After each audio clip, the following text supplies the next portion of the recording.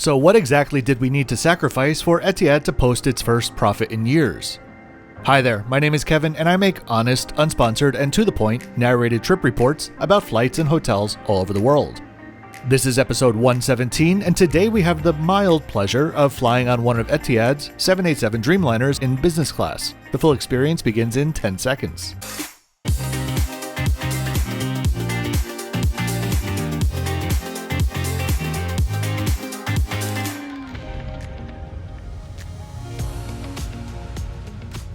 Welcome to traffic. Make sure you plan plenty of time to get to the airport when flying out of Jakarta because their rush hour lasts approximately 23 hours a day. For today's flight, if you'd like to know the exact fare that I paid or want to see my next 5 videos in queue, please check out the description below. How did this flight come to be? Well, I had a $550 ticket from Athens to Kuala Lumpur in Saudia business class, and I needed to get to Europe somehow, so today's flights fit the bill. Like a 7th grader proud of their C+, since, well, it's not failing, Jakarta's airport is also proud of the progress that they've made, now ranked as a 3-star airport by Skytrax. I wonder if they charge per star or if it's just a set package. If you enjoy or just appreciate honest and authentic travel content, please make sure to give this video a thumbs up and subscribe with notifications on. Plenty more ways to support the channel in the description below as well. Thank you in advance. I had already checked in online and was traveling with just carry-on bags, but a visit to the counter was still necessary to check documents and get a physical boarding pass. But it was done quickly and by a very friendly agent. As we go through a stroll through Terminal 3, which opened in 2016 and is admittedly a massive improvement over their other terminals, let's speak about Etihad finally getting back to financial stability. For the first half of 2022, they've reported an operating profit of $296 million, an all-time record for the airline. For a bit more backstory, I'm just going to read what Ben at 1 Mile at a Time had to say about it because I couldn't frame it any better. Quote, Etihad's transformation is working, but it's boring. In the several years leading up to the pandemic, Etihad Airways lost around $6 billion. The airline was essentially lighting money on fire until a new transformation plan was put into place. Prior to the pandemic, Etihad engaged in possibly the worst airline investment strategy in history in order to create the Etihad Airways partner concept. The Abu Dhabi-based airline invested in airlines like Air Berlin, which liquidated, Alitalia, which was taken over by the Italian government, Jet Airways, which liquidated, Air Serbia, which Etihad sold most of its stake in, Virgin Australia, which went through bankruptcy, and Air Seychelles. Etihad sold its stake in them for $1. Not only was there the Etihad Airways partner strategy, but Etihad also planned to compete head-on with Emirates and Qatar in terms of its route network and fleet, and at one point Etihad had hundreds of planes on order. For a long time, the government of Abu Dhabi seemed to be on board with this strategy, but then it wasn't. The airline has since undergone a major transformation, which has included scrapping the ridiculous Etihad Airways partner concept, canceling all kinds of aircraft orders, retiring A380s, and more.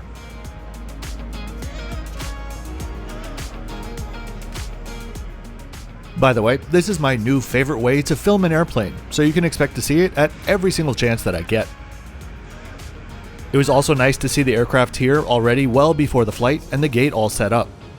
First though, it was time to go to the lounge.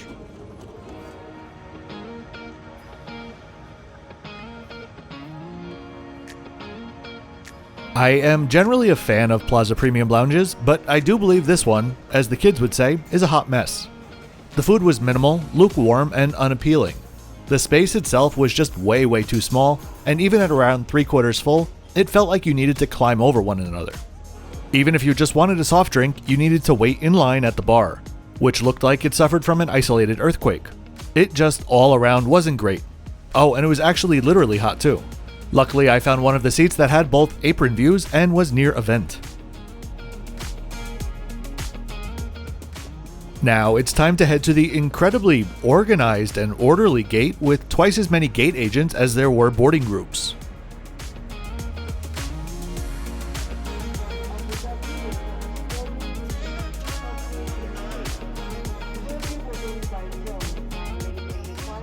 While we wait to step on board, let's take a look at today's flight stats. We would have an almost on-time departure and head up to 38,000 feet for our 7-hour flight to Abu Dhabi, where we would land around a half hour early, and then sit on the tarmac for around a half hour. Business class boarding was called, and away we went.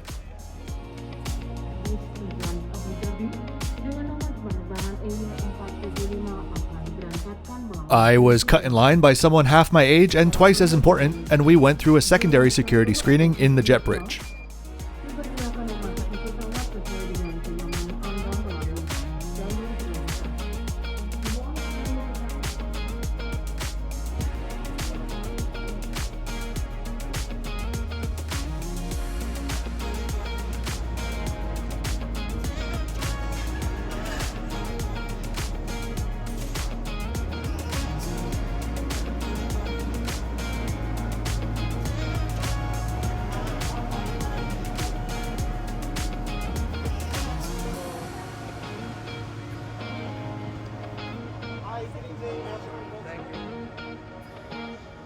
I stepped on our 2-class 5-year-old 787-9 and was pleasantly surprised by how fresh the cabin felt, and found my seat today 10 kilo.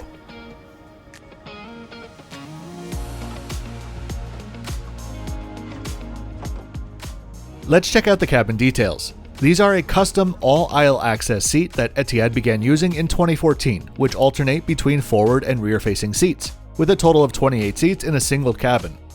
The only seats you'll want to avoid are row 9 window seats, since there's not a window there. Overall, the seats are decent, but they're lacking in 2 or 3 areas. First, it's very easy to catch glances with your neighbor right across the aisle who will be sat in the opposite direction, although there is a very small privacy shield that they could deploy.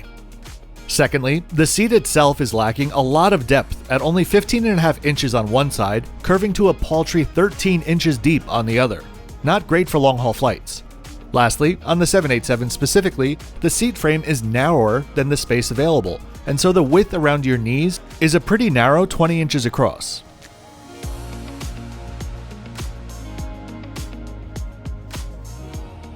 I have always been a fan of Etihad's color palette though, well at least since the A380s rolled out. Before Qatar's QSuites rolled out, I think that this was possibly one of the classiest and refined business class interiors out there. At each seat upon boarding was a pillow, blanket, menu card, amenity kit, headphones, and bottle of water. The latter two in the convenient armrest storage area. 1,000,000% QSuites are better than Etihad business class. I'm not saying they're not. But I think we can all agree that Qatar may have gotten just a little bit of inspiration from these seats. Feel free to tell me why I'm wrong in the comments.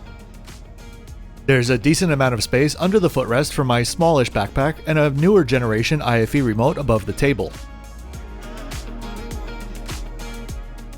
Just next to that is an LED pad that allows you to control the seating, lighting, and windows, but is almost completely redundant as you can do all of these functions on physical buttons as well, except for perhaps the Do Not Disturb button. The tray table, which as far as I know is very unique just to Etihad, launches out from the module in front of you and then folds down for a very sturdy and thick table which can move closer and further away from you. The only real downside of these tables are that you've got to push quite firmly to put them away, and some passengers just prefer to slam the hell out of them. The headphones were fine, but I'd surely still use my own. The COVID kit, or are we still calling them COVID kits? Clean kits? Anyway, it was unique in that it came with a buff that claimed to be a microbe barrier, whatever that means. It was soft, but I can imagine that it wouldn't do that much anything.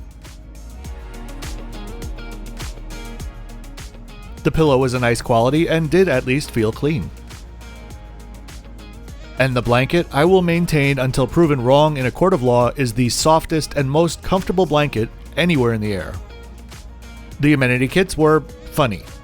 Acqua de Parma is a very stylish and expensive brand, and both kits look really good. But this one in particular is borderline useless. Inside you'll find a single mini lotion, and single mini perfume, and a toothbrush. The pouch itself is a receipt wallet, a place to store all of your obsolete airline membership cards from 1998. Alright, this is just to show you the size of the pillow. It's bigger than the IFE screen. It's a decent sized pillow. And when you put it in here, it gets lost in this cavernous foot cubby, which is one of the deepest ones that I've seen on any airline.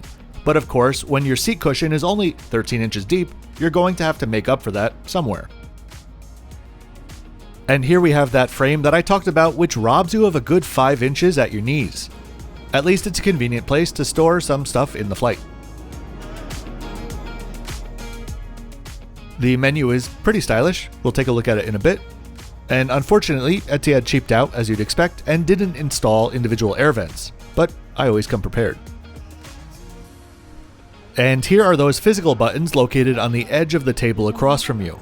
This is probably the only spot in my surroundings that showed any bit of wear and tear. Turkish pulled in, much happier on this plane thanks, and we rolled back as some pretty insane storm clouds started to roll in.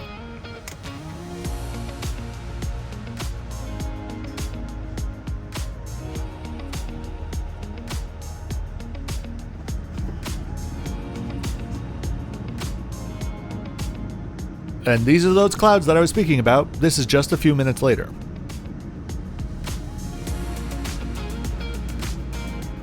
We would be taking off to the west-southwest and then turning northward. The spool up and takeoff is up next.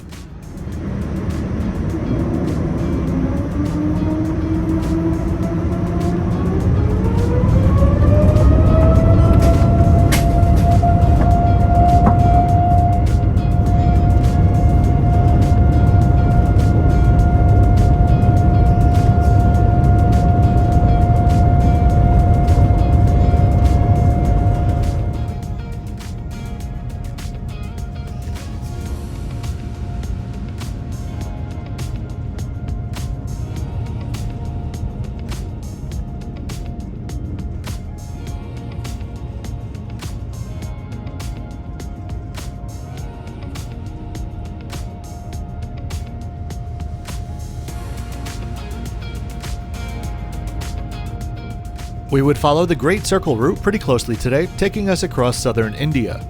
By the way, if you didn't see my community post a few days ago, I'm currently planning 2 trips to India, and I'm all ears for hotels or resort suggestions. Check out my community posts for more info. And with that, dinner service began very quickly, getting my fair share of my $10 bottle of Merlot, which was served with mixed warm nuts. Here's the menu. I've zoomed in a bit on the important food bits as well as the wines and have put the US retail prices of these wines on there in red. Overall, I like Etihad's food generally. It's all dine on demand and they have a very good variety.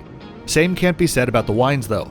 I am by no means a wine expert, but the wine selection just feels very one note to me. Nothing bright or light.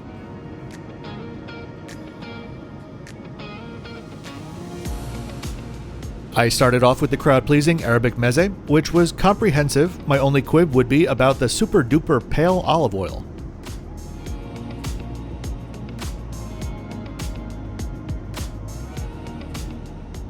Next up was a shrimp biryani, which was utterly disappointing. When I first got it, my first thought was, well, I'm sure it tastes good. No, it was bland city, and dry as well. Fruit and cheese was up next with a glass of port. It was good, but you cannot tell me that that jam looks appetizing.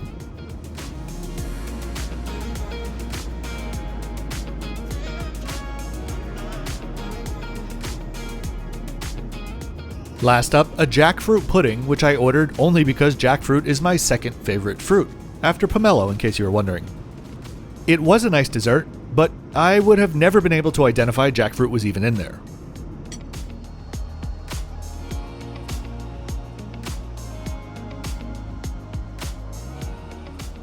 The bathrooms are cleverly all black, which does make them seem cleaner throughout the flight, I think. And I do love the foot pedal operated trash bin.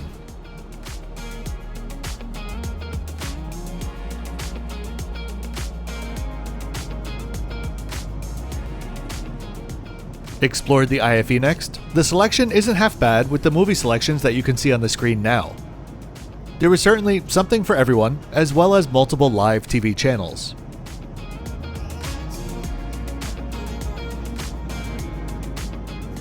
After that, I stared out the window for a bit and took a nap. With a 5-hour transit ahead of me, I needed to wake up, so I started the first of 4 rounds of iced Americanos. I had my second one with a chicken and roasted vegetable sandwich, which may very well have been the best thing that I ate on the flight. It was really good. We made our way over Oman as the cabin was organized for landing, and then just cruised over a bunch of nothingness, followed by a few suburbs. If you've seen any of my videos, you'll know that I generally say that any takeoff or landing footage is worth a watch. Not tonight.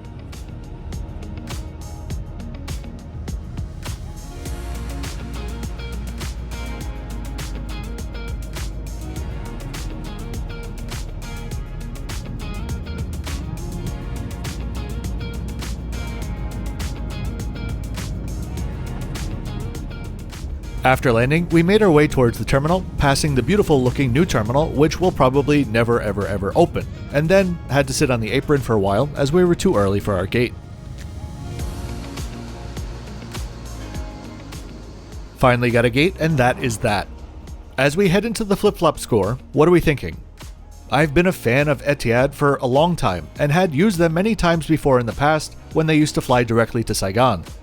I'd say the cuts that they've made have overall been tolerable, and the experience wasn't all that different from what I had the last time I flew them around 5 years ago. Give me a seat cover and a tastier main dish at dinner, and this would have been a really decent flight. I hope you enjoyed the video and will support it by giving a big thumbs up and subscribing for 2 new videos each week.